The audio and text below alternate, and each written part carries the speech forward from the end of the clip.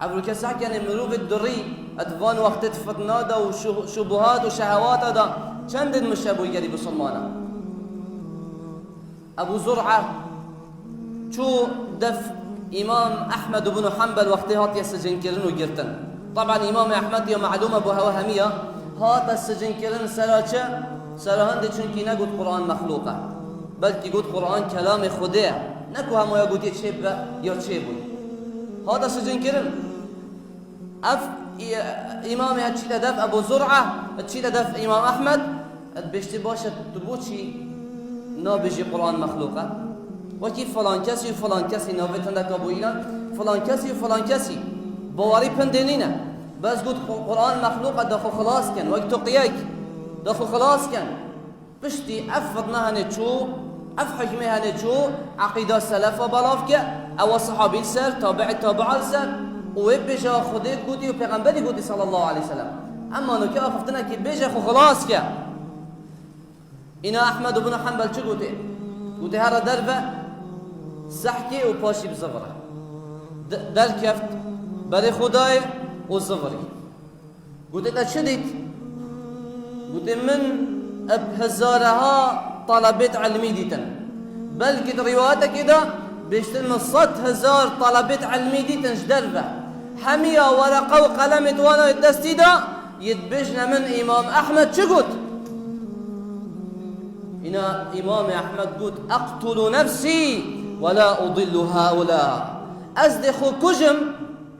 بس وانا ضالناكم أزدخو كجم بس أمتي ضالناكم وبرزناكم فكتشنت مروف أنا وصى بناف الديني برنامج ديني تنسل قناتك فضائي وطافنا ديني وبحث ديني كان وتبشني سمتي باش مايكت على بانا بلكي حتى درجك يا جاشتي يتبيجتن الله خدي وانا او خدي ما هي خداي دلوفانية ورحمية اما الله وان يظلمية يتعدائية يكشتنية كفر سربان قنوات تتتكرن وبسلمان سحكني ويبالي خودني قداري بودكت بيتبيا بكسيتا بينا قرتن نبي تمشاندن اما مشينا درسته نخير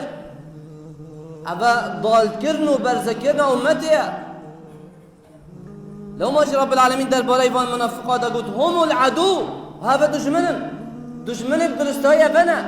نه خارجي تو زاني دشمنه نه اویش نه اوی نفت دا يفتنا بالاف که شبهاتا خلقی ضالت کد فاحذرهم هشياري وان مروبت وصابن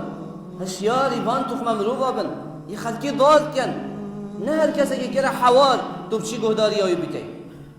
هشياري وان جور مروبابن گری مسلمان رب العالمين إنش وان منافقة تاني هشيار كري وان درية تاني هشيار كري قدارية هر كسا كي هبت نكا قدارية وينكي هبت دين تب باش كفت دانيت اف دين هن دين همي مروفايا چه عرب چه كرد چه فارس هر كسا كي هبت كردك إيمان دار اش هزار عربت كافر چه تلا الدف رب العالمين وبالمقابل جي قوميتنين أفدين خود تعالى يا رب العالمين هنارتي بو خلقي همية محمد خدي عليه الصلاة والسلام بو همية خلقي هاتي هنارتن لو ما جي إنسان بسرمان تشاف فكرية